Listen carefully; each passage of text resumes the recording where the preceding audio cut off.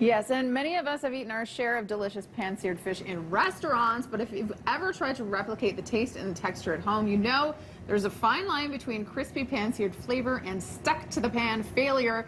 We wanted to know the secret, so we've asked our favorite BT neighborhood chef, Darren MacLean of Downtown Food, to drop by for a lesson in pan-searing 101. Good morning. Good morning. Okay, so first of all, I guess we start with picking the fish. Does it matter?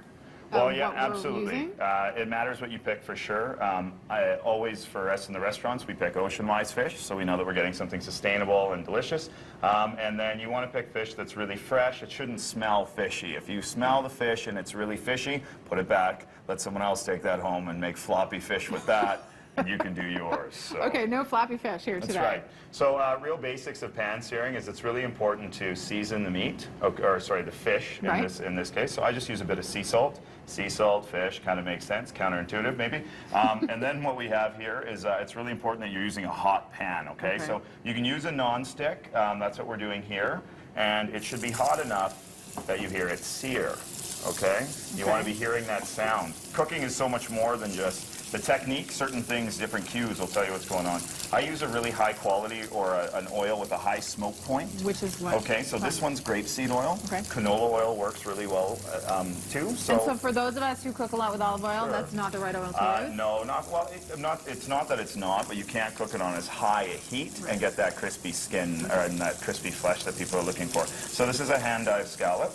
Right here we have a piece of halibut from the West Coast. And again, we're just putting it in. It's also important to have enough oil in the pan so that it goes. Now, when you're laying fish down, especially if you're pan-searing at home and you're, pan-searing with your kids and you want to kind of hang out and cook fish together, it's such a healthy option, right? Yeah. Make sure that when you lay it down away from yourself. And you can see my hands in the pan here. I'm not getting burned. If you flop it down because you're freaked out, it'll splash everywhere. So those are just a few key things. Good hint. The other thing is we generally go 3/4 of the way through, sort of on one side, and 1/4 on the other. You finish on the other side, so you can kind of see it. It looks like 3/4 because you'll start to see here shortly, you'll see a little ring that'll come around the side of the fish, and then you'll be able to turn it. So for trout, we're going for medium rare. For the halibut, we're basically going medium to medium well, so it flakes beautifully. And for the scallop, we'll go medium rare as well. None of these have skin. What's the trick to cooking with skin, or do you just generally don't?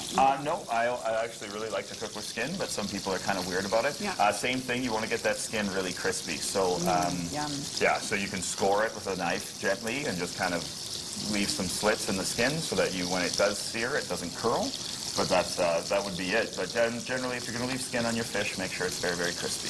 Okay, and the trick, I remember you talking about scallops before. Yes. The trick is definitely not to overdo those. Does the same thing apply to other kinds of fish? Yeah, or with anything. I mean, you got to think of, this is an animal that, sort of gave its life so we could eat it, so it's really heartless when we overcook it. If you ask me, like a true chef, eh? Right? Yeah, so, yeah, it's really important. How you don't overcook is, cooking is tactile, so you can touch it, you can see it, you can smell it. These caramelizations, it'll start to caramelize and get there. So we're just waiting here. We're going to have a quick look. And I can see that we're getting there. But we could probably use a little bit longer here. I wouldn't recommend putting your hands in the pan. Let's grab our trusty little fish lift here. Only chefs do have, like, just... No, we don't do this in restaurants. I don't need WCB. Oh, no, I'm just kidding. And so, yeah, you know when to turn it right about here. It starts to look like it. So here we have that caramelization, the sugar's coming out, and yeah, that's it. So then what we can do here is we can reduce the heat once we've turned everything, and now we can finish the cooking gently. You have the crispy skin that you're looking for. I see. So you just to actually cook it through, but make sure it's not... Yeah, and then that way you're not... What happens if you leave it too hot is that if it's hot on both sides, it sears on the outside and the heat doesn't get all the way in. So you have this totally cooked or sometimes blackened exterior, and the interior is quite raw. Downtown Food is where, Chef Darren MacLean? It is on Stephen Avenue across from the Globe Theatre.